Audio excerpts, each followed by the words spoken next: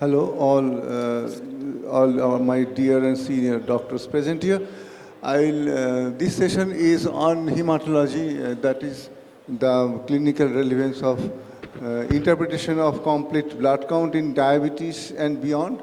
And this topic of blood count, complete blood count, which includes different cell lines and hemoglobin, and which is very pertinent to our daily clinical practice, whether the patient is sick or not, and if sick, how much sick.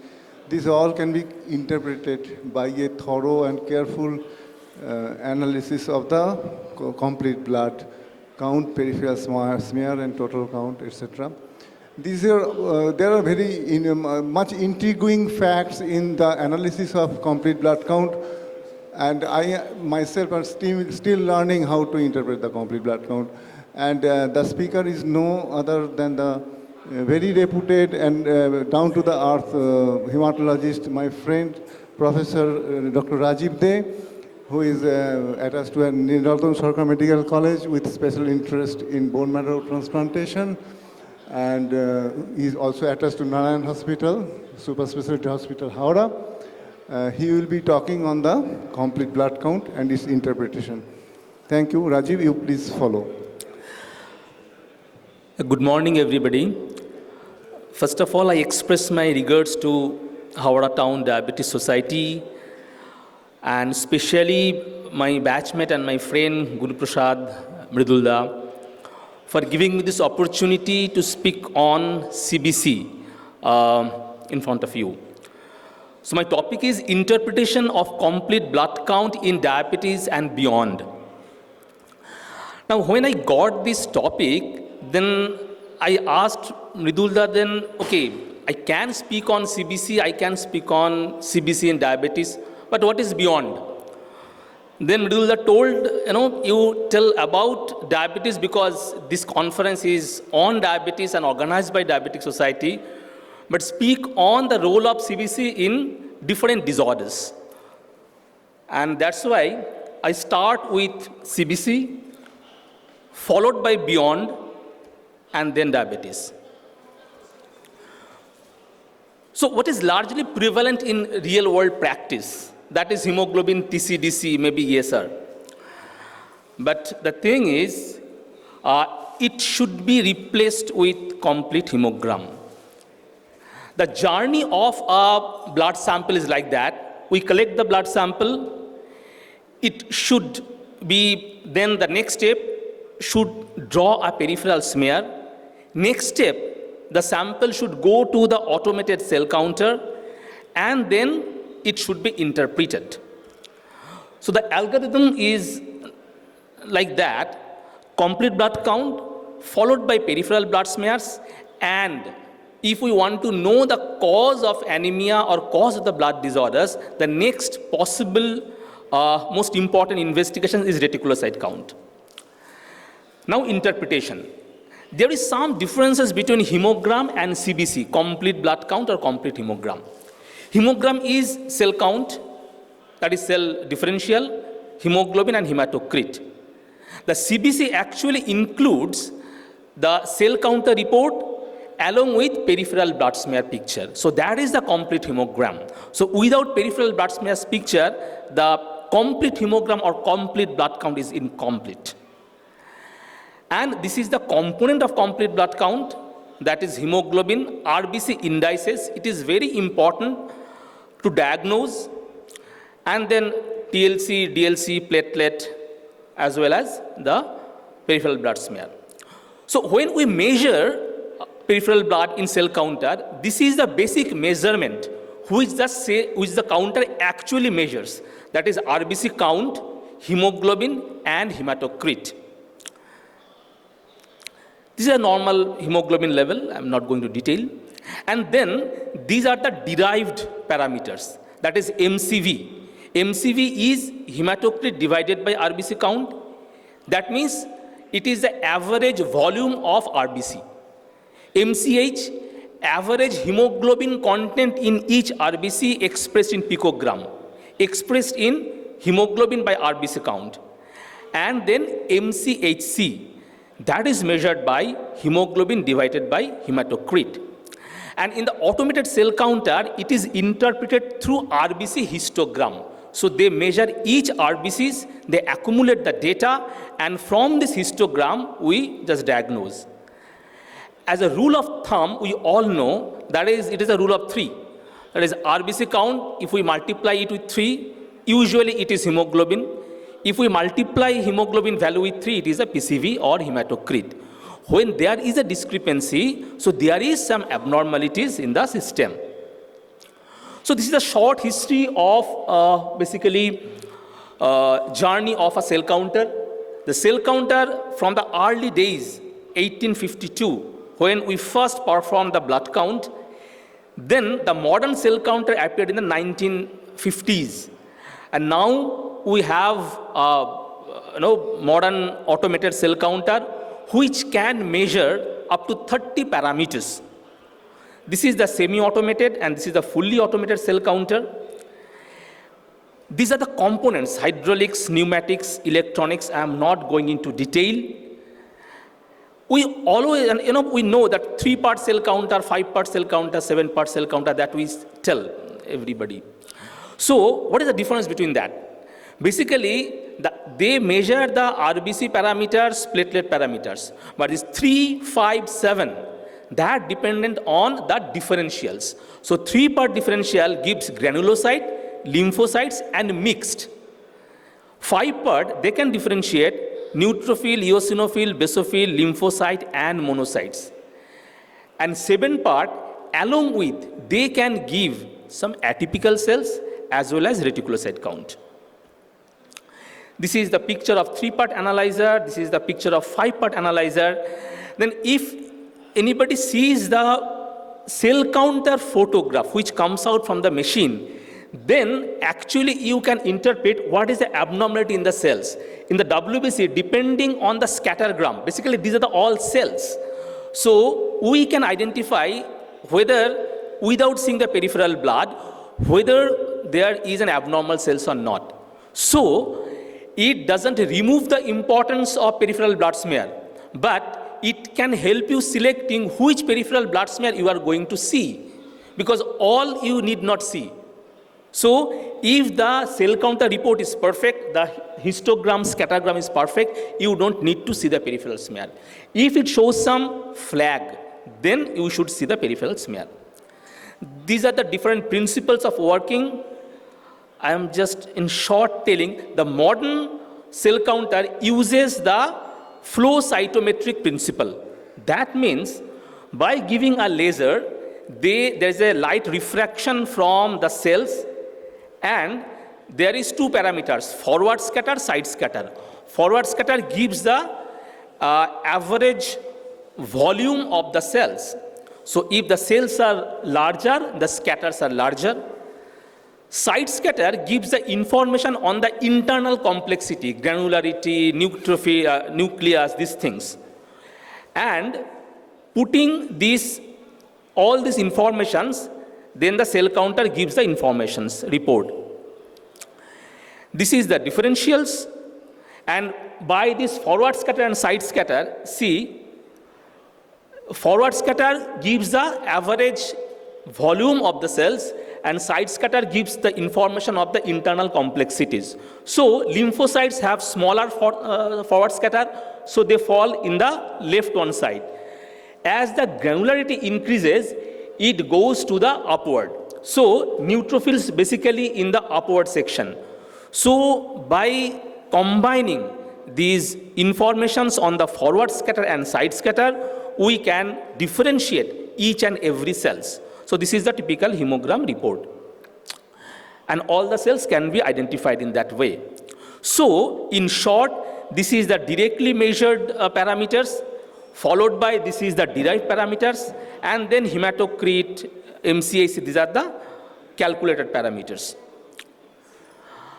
And this is the histogram. Histogram, by each and every cells, the informations are put into histograms, and if there is an abnormality, then the machine gives some flag. So when we raise a flag, there is some abnormality in the system. So nowadays, we doctors are raising flag. That means there is some abnormalities there is in the system. That's why. So that is also true for the cell counter also. So if the cell counter gives a flag, so there is some discrepancies in the report. And this is the RBC histogram. Suppose this is an red cell flag. The curve didn't touch the baseline. That means there are some abnormal cells. What are the abnormal cells? There can be normoblast, there can be cold agglutinin, there can be some blast cells or leukemic cells. If there is a flag in the middle way, there can be dimorphic population. Red cell distribution width. This is an important component. What is it? The red cell distribution width, basically, it is the variation in the volume of the RBCs. So, if there is RDW is increased, that means there is variation in the RBC volumes, that is anisocytosis. So, if the cells are microcytic, but RDW is normal or small, that means although the cells are microcytic, but there is no variation in the RBC volume or shape, which is very common in thalassemia carrier.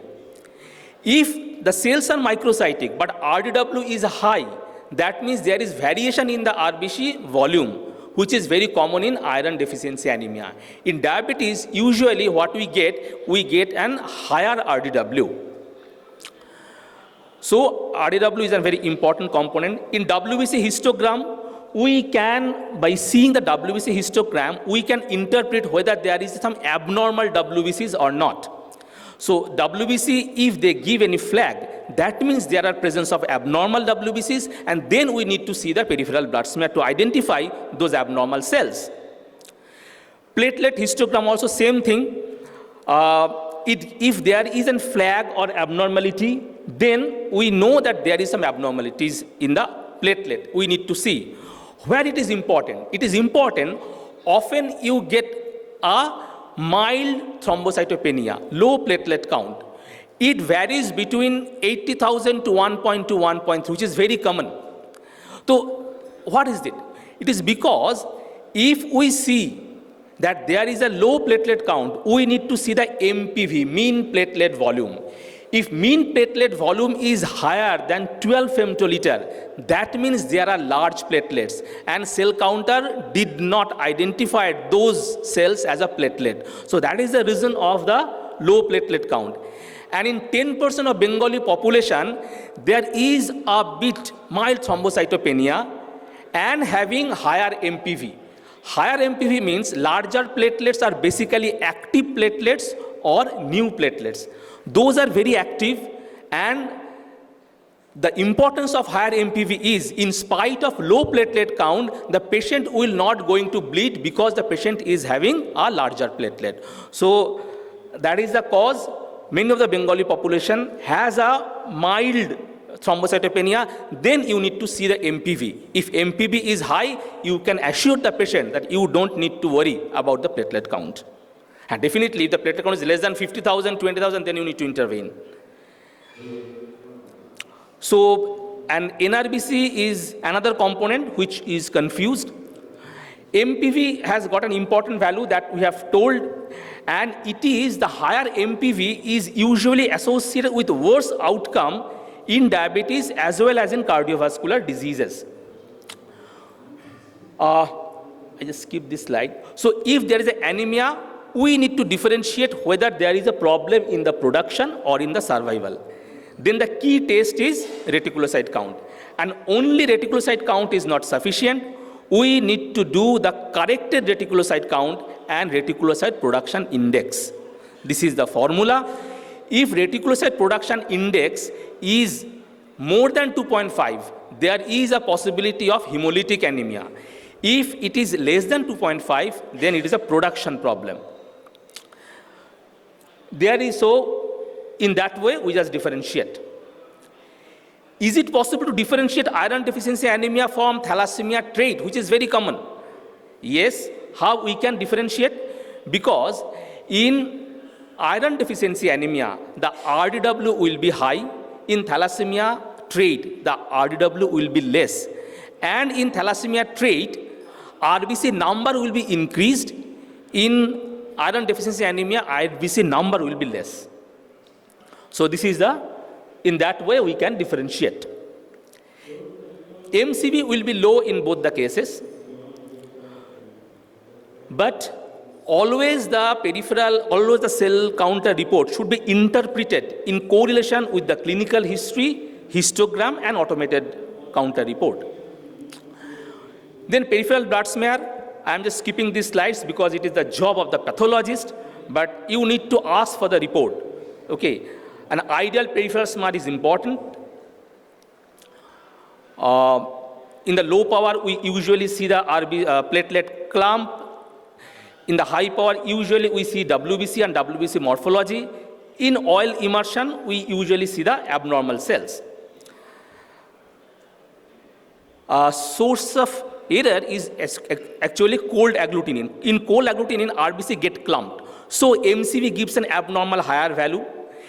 If there is a presence of fragmented RBCs, it can give an error report, and nucleated RBC also can give an erroneous report. So this is an assessment of the RBC. I just skip this slide because just giving you a glimpse, normocytic, normochromic, microcytic, macrocytic. Iron deficiency anemia, thalassemia trait, I have already mentioned. Suppose there is two scenarios. Age is same.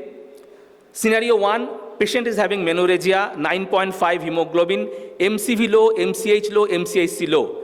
Scenario 2, 25-year, primary gravida, same hemoglobin, MCV low, MCH low, MCHC low.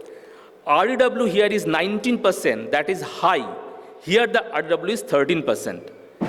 RBC count is 4.1, that is normal. Here RBC count is 5.9 million, that is high RBC. So it is scenario 1 is iron deficiency anemia and scenario 2 is thalassemia trait. So in that way we can differentiate. Thalassemia major can be confirmed with the HPLC, dimorphic anemia definitely can be interpreted.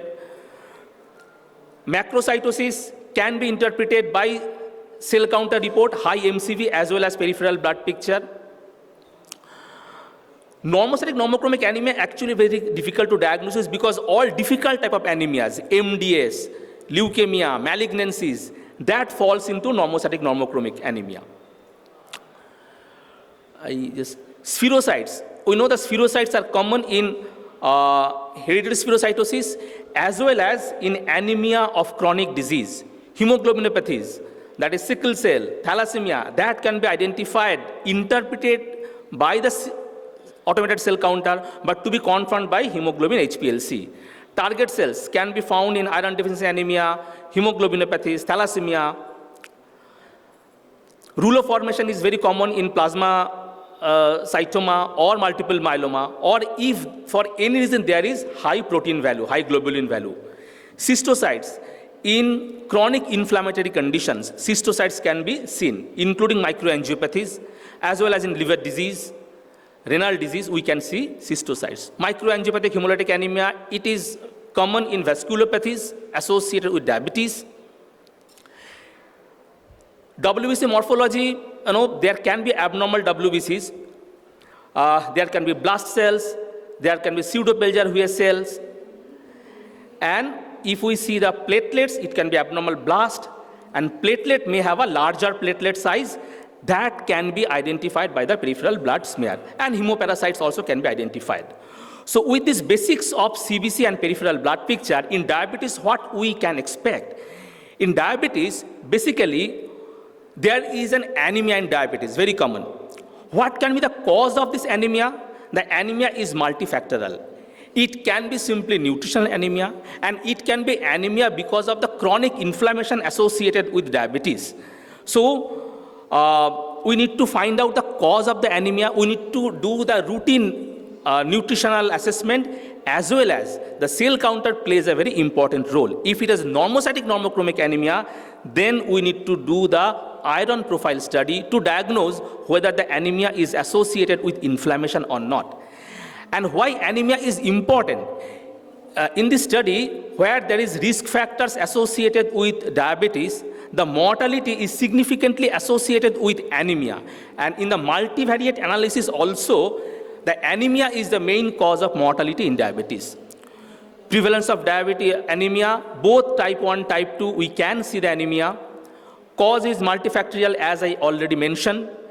And the main cause of anemia in diabetes, because of the inflammation, there is a membrane change. And as there is a membrane change, the phosphatidylserine, which is usually inside the cells, they comes out. And this phosphatidylserine gives an signal to apoptosis or cell death. And that is basically the cause of anemia in diabetes. Because of the shortage of time, I'm not going to detail of these mechanisms. This is the RBC membrane changes in diabetes, which actually cause the anemia. Leukocyte changes, as because there is inflammation, there can be increased leukocytosis and increased amount of toxic granules in the neutrophils and monocytes, which is a marker of inflammation. Platelet, what happens? Platelet count may be increased because of the inflammation, and MPV, mean platelet value, also may be increased in diabetes. And MPV, increased MPV is associated with diabetic retinopathy. It has been seen. So MPV was significantly high in diabetes. So in short, take-home message is, please forget hemoglobin TCDC and do CBC in all cases where you need a hemogram report. It doesn't cost you much. The cost in difference is minimum, and the cost in reagent, if you're running a lab, there is actually no difference in the cost because the machine is giving all the parameters. When you are asking for hemoglobin TCDC, the lab is taking out the hemoglobin TCDC value and giving us. But they are doing all the parameters. And so forget hemoglobin TCDC and replace with CBC. So when you involve a hematologist in your diabetic care, your vision becomes more crystal. And today's take-home message is, we want justice. Thank you. Thank you, Rajib. It's a mesmerizing talk. As I've told at the beginning of the talk, I think the delegates are enriched by his talk. And due to time constraints, I may allow only one question, if any have any question. Only one, please, because the side hall is running ahead of us.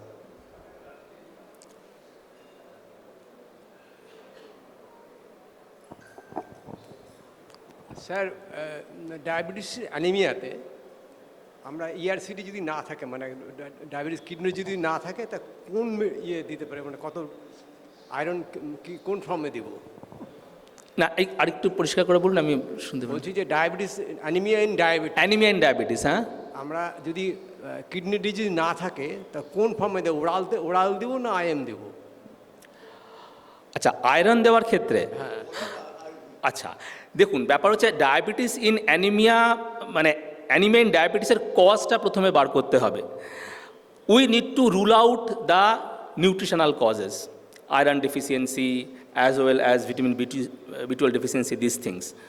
Most commonly, the anemia in diabetes is basically the anemia of inflammation.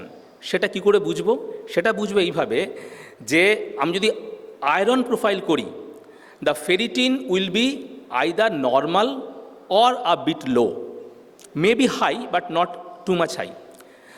Serum iron will be low and TIBC also will be low. If we see that the ferritin is low, serum iron low and TIBC high, that means iron deficiency. In iron deficiency, if patient is asymptomatic and hemoglobin is more than 7, we can treat with oral iron therapy. But if it is an anemia of inflammation, that means either normal or mild low ferritin, low serum iron and low TIBC, then we need to give IV iron along with erythropoietin therapy. That is important. Sometimes we get patient around 40 years, the thalassemia trait. In this case, we can prescribe iron. Yeah, it is very important questions because there is a lot of confusion regarding this. thalassemia trait, the most common cause of anemia in thalassemia trait is iron deficiency. We have 10 to 15% population of thalassemia trait in our state. And the most common cause is iron deficiency. So don't give that advice that as you are thalassemia trait, you don't take iron. That advice should not be given because the patient will develop iron deficiency. If it is a thalassemia disease, then don't give iron. But if it's a thalassemia carrier, you can treat like a normal population.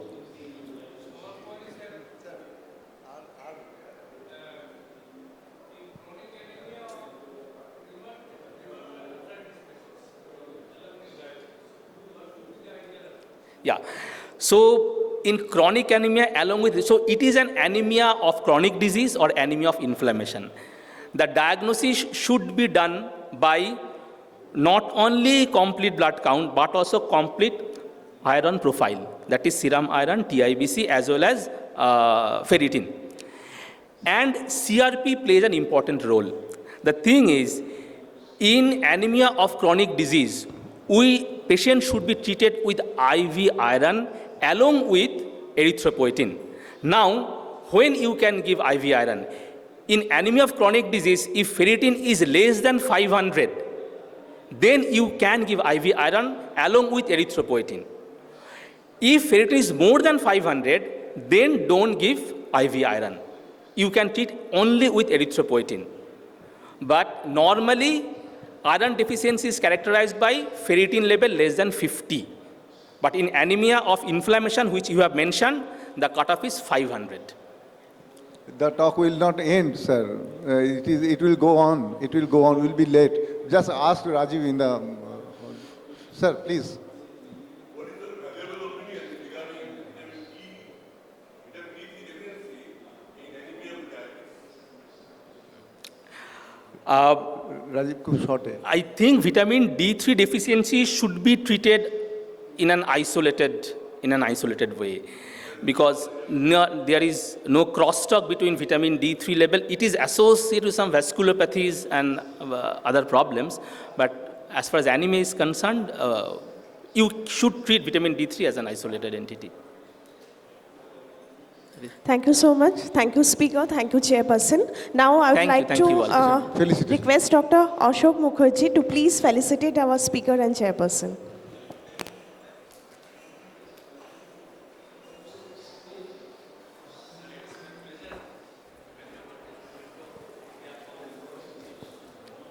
Before Mohalaya, I think it's a blessings of Ma Durga to all of us. Hope we will get justice.